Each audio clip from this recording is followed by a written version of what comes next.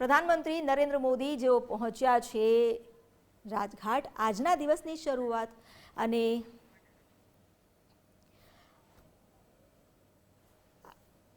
વડાપ્રધાન નરેન્દ્ર મોદી જેઓ આજે તાજપોશી કરવાના છે પહેલા આજે તેઓ રાજઘાટ પહોંચ્યા અહીં જે તેઓ શ્રદ્ધાસુમન અર્પણ કરશે અને ત્યારબાદ અહીંથી આગળ જશે આપણા દેશની ગરિમા આપણા દેશની અસ્મિતા અને આપણા દેશના ગૌરવ એવા 3 સ્થાન કે જ્યાં સૌથી વધુ એવી વિરલ વિભૂતિઓ અને સાથે જ શહીદો જેમને શ્રદ્ધાંજલિ અર્પણ કરવા માટે આજે પ્રધાનમંત્રી નરેન્દ્ર મોદી ત્યાં જવાના છે આપણે એ પણ જણાવી દઈએ કે આજે સાંજે 7:15 વાગે તેઓ ફરી એકવાર શપથ ગ્રહણ કરવાના છે તે પહેલા આજના દિવસની શરૂઆત તેમણે રાજઘાટ ખાતેથી કરી છે રાજઘાટ આપણા દેશનું એક એવું સ્થાન કે જે સાક્ષી છે જે એ વાતની સાબિતી છે કે આપણા દેશે 125 વર્ષની ગુલામી બાદ કેવી રીતે આઝાદી મેળવી હતી મહાત્મા ગાંધીની સમાધિ સ્થળે પહોંચીને આજે તેમને શ્રદ્ધાસુમન અર્પણ કરીને આ દેશને આગળ વધારવા માટે શપથ લેશે સાંજે પ્રધાનમંત્રી નરેન્દ્ર મોદી ન માત્ર મહાત્મા ગાંધી પરંતુ ત્યારબાદ તેઓ સદૈવ અટલ સ્થાન એટલે કે જ્યાં અટલ બિહારી વાજપેયીનું સમાધિ સ્થાન છે ત્યાં પણ જશે અને તેમને પણ પુષ્પાંજલિ અર્પણ કરશે તેમના આશીર્વાદ ગ્રહણ કરશે આજનો દિવસ એમના માટે ખૂબ જ મહત્વનો છે જ્યારે સૌથી પહેલા પીએમ નહેરુ તેમની રેકોર્ડની બરાબરી કરીને આજે તેઓ ત્રીજી વાર પ્રધાનમંત્રી પદના શપથ લેવાના છે એ પહેલા આજે તેઓ દેશની આન બાન શાન કહી શકો તો એ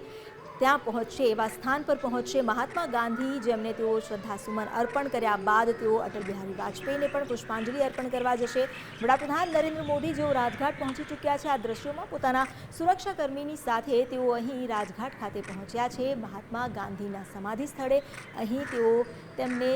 નમન કરીને વંદન કરીને શ્રદ્ધાંજલિ અર્પણ કરશે હંમેશા જે જ્યોત અખંડ રહી છે અને એ વાતની સાબિતી આપતી રહી છે કે આપણા દેશમાં અહિંસા પરમો ધર્મને સાચવનાર આપણા દેશની ગરિમા આપણા દેશની દિવ્યતા અને આપણા દેશની સંસ્કૃતિને આંતરરાષ્ટ્રીય સ્તર સુધી પહોંચાડનારા એવા આ એક મહાપુરુષ કે જેમને આપણા દેશને આઝાદી અપાવવામાં સિંહ ફાળો આપ્યો હતો અને એ પણ કોઈ પણ યુદ્ધ લડ્યા વિના માત્ર અહિંસા અને અહિંસાના આંદોલનથી વડાપ્રધાન નરેન્દ્ર મોદી જેઓ રાજઘાટ પહોંચ્યા તેમણે શ્રદ્ધાસુમન અર્પણ કર્યા છે નમન કર્યું એ જ્યોત સામે મહાત્મા ગાંધીજીની સમાધિ સ્થળે પહોંચીને આ સમાધિની પ્રદક્ષિણા કરીને પણ એક જે અનુભૂતિ છે તે કરી છે વડાપ્રધાન નરેન્દ્ર મોદી અત્યારે તો તેઓ કાર્યવાહક પીએમ છે પરંતુ આજે સાંજે તેઓ ત્રીજી વાર શપથ ગ્રહણ કરશે અને આપણા દેશના પ્રધાનમંત્રી બનશે પ્રધાનમંત્રી તરીકે જે સૌથી પહેલાં પ્રધાનમંત્રી નહેરુ હતા તેમના રેકોર્ડની બરાબરી કરી રહ્યા છે તેઓ આજે સાંજે 7:15 વાગ્યે તેઓ રાષ્ટ્રપતિ ભવનમાં પ્રધાનમંત્રી પદની ત્રીજી વાર જે શપથ લેશે એ પહેલાં તેમણે બાપુના સમાધિ સ્થળે પહોંચીને તેમને શ્રદ્ધાસુમન અર્પણ કર્યા બે હાથ જોડી નમન કર્યું વંદન કર્યા અને તેની પ્રદક્ષિણા પણ કરી અહીં જે પ્રાર્થના ચાલી રહી છે આ રઘુપતિ રાઘવ રાજા રામ અને વૈષ્ણવજનો તેને કહીએ આ એવી પ્રાર્થનાઓ છે કે જે બાપુના અંતર્મનમાં વસેલી હતી હંમેશા તેમના હોઠ પર રામનું નામ રહેતું વડાપ્રધાન નરેન્દ્ર મોદી જેઓ આજે ન માત્ર રાજઘાટ પહોંચ્યા છે રાજઘાટ પહોંચીને તેમણે બાપુને તો શ્રદ્ધાસુમન અર્પણ કર્યા છે પરંતુ ત્યારબાદ તેઓ અટલ બિહારી વાજપેયીને પણ શ્રદ્ધાસુમન અર્પણ કરવા પહોંચશે આજે શપથ લઈને જ પ્રધાનમંત્રી નરેન્દ્ર મોદી જેઓ પંડિત જવાહરલાલ નહેરુના પ્રધાનમંત્રી બનવાના રેકોર્ડની બરાબરી કરશે પ્રધાનમંત્રી નરેન્દ્ર મોદી પણ 3 વાર 1952, 1957 અને 1962માં વિજયી બનીને પીએમ બન્યા હતા ત્યારે હવે આ વખતે પ્રધાનમંત્રી તરીકે નહેરુના રેકોર્ડની બરાબરી કરી ચૂક્યા છે પ્રધાનમંત્રી નરેન્દ્ર મોદી પરિણામ આવ્યા બાદ જે બેઠકોનો ધમધમાટ ચાલ્યો હતો આખરે આજે એ દિવસ આવી ગયો છે કે જ્યારે એનડીએની સરકાર બનવા જઈ રહી છે અને સાંજે 7:15 વાગ્યે પ્રધાનમંત્રી પદના શપથ લેશે નરેન્દ્રભાઈ મોદી 3.0 સરકાર રચાય તે પહેલાં આજનો જે દિવસ છે આજના દિવસની શરૂઆત પ્રધાનમંત્રી નરેન્દ્ર મોદીએ મહાત્મા ગાંધીજીના સમાધિ સ્થળે પહોંચીને કરી છે આમ તો બેઠકો ઘણી રહેશે ઘણા વિદેશી મહેમાનો આવશે અને તેમની સાથે આજનો દિવસ વ્યસ્ત રહેશે પરંતુ વહેલી સવારમાં તેઓ સૌથી પહેલા આપણા આઝાદીના પ્રણેતા એવા ગાંધી બાપુની શરણમાં પહોંચ્યા છે મહાત્મા ગાંધીજીના સમાધિ સ્થળે પહોંચીને શ્રદ્ધાસુમન અર્પણ કરી તેમની સમાધિની પ્રદક્ષિણા કરીને સૌથી પહેલો અહોભાવ તેમણે વ્યક્ત કર્યો છે। ત્યારબાદ તેઓ સદૈવ અટલ સ્થાન એટલે કે વાજપેયીજીના સમાધિ સ્થળે પણ પહોંચશે અને તેમને પણ પુષ્પાંજલિ અર્પણ કરશે। આજનો દિવસ એક એવો છે કે જ્યારે આ તમામના આશીર્વાદ લઈને તેઓ આગળ વધશે, જે વિદેશી મહેમાનો આવશે તેમનું સ્વાગત કરશે। આજે સાંજે 7:15 વાગ્યે તેઓ ફરી એકવાર પ્રધાનમંત્રી બનવા જઈ રહ્યા છે, ત્યારે દિલ્હી જે અભેદ સુરક્ષા કિલ્લામાં ફેરવાઈ ગયું છે અને આ બધાની વચ્ચે આજે સવારની શરૂઆત જે થઈ રહી છે રાજઘાટ ખાતેથી। અમારી સાથે અમારા સહયોગી વિજય દેસાઈ જોડાયેલા છે। વિજય,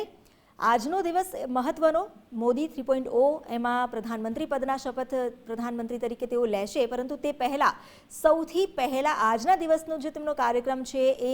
મહાત્મા ગાંધીને પુષ્પાંજલિ અર્પણ કરીને શરૂ થયો છે। એક રીતે જોવા જઈએ તો આ કાર્યક્રમો થકી પણ એક સંદેશ મળી રહ્યો છે। બિલકુલ,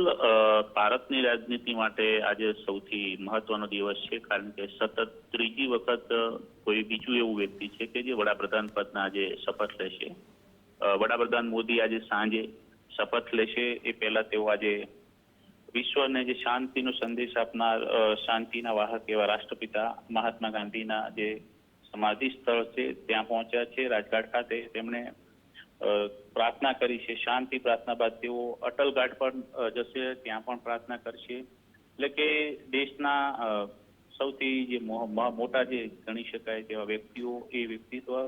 કે જેમની પ્રેરણાથી દેશને આગળ વધારવાનો છે, એ પ્રકારનો સ્પષ્ટ સંદેશ છે। મહાનુભાવો આપેલી જે દિશા નિર્દેશો છે, મહાનુભાવે ચીંધેલો જે રસ્તો છે, એ રસ્તા સાથે દેશને ફરીથી આગામી સમયની અંદર વિકાસના રસ્તે લઈ જવા ઉપરાંતની જે પ્રેરણા છે તે આપતા આ દ્રશ્યો છે કે જે અત્યારે આપણે જોઈ શકીએ છીએ। રાજઘાટ અને અટલ ઘાટ આ બંને જગ્યાએ આશીર્વાદ લેશે, પ્રાર્થના કરશે। ત્યારબાદ આજે જે આખો દિવસભરનો જે કાર્યક્રમ છે તેની અંદર સાંજના 6 વાગ્યાથી રાષ્ટ્રપતિ ભવન ખાતે જે હલચલ જોવા મળશે। 7:15 શપથ ગ્રહણ સમારોહનું સત્તાવાર રીતે જે આયોજન છે, જેની અંદર પડોશી ફર્સ્ટની જે ભારતની નીતિ છે તે અંતર્ગત જે હિન્દ મહાસાગર અને આસપાસના જે દેશો છે જે ભારતને અડીને આવેલા, આ દેશોના જે અધ્યક્ષો જે ઉપસ્થિત છે એ પણ આજે ઉપસ્થિત રહે છે। 7 થી 8 હજારથી વધુ જે લોકો છે આ શપથ ગ્રહણની અંદર સામેલ થવાના છે। તેની અંદર પણ વિવિધતા જોવા મળશે, જેમાં રાજ્યભરમાંથી તમામ મુખ્યમંત્રીઓ, નાયબ મુખ્યમંત્રીઓ સહિત રાજકીય પદાધિકારીઓની સાથે સંગઠનના અધિકારીઓ, એ સાથે સાથે શ્રમિકો, સફાઈ કર્મીઓ, એ સિવાય ભારત મોડલ માટેના જે કહી શકાય જે એમ્બેસેડર છે તે પૈકીના જે મેટ્રો ટ્રેન હોય કે પછી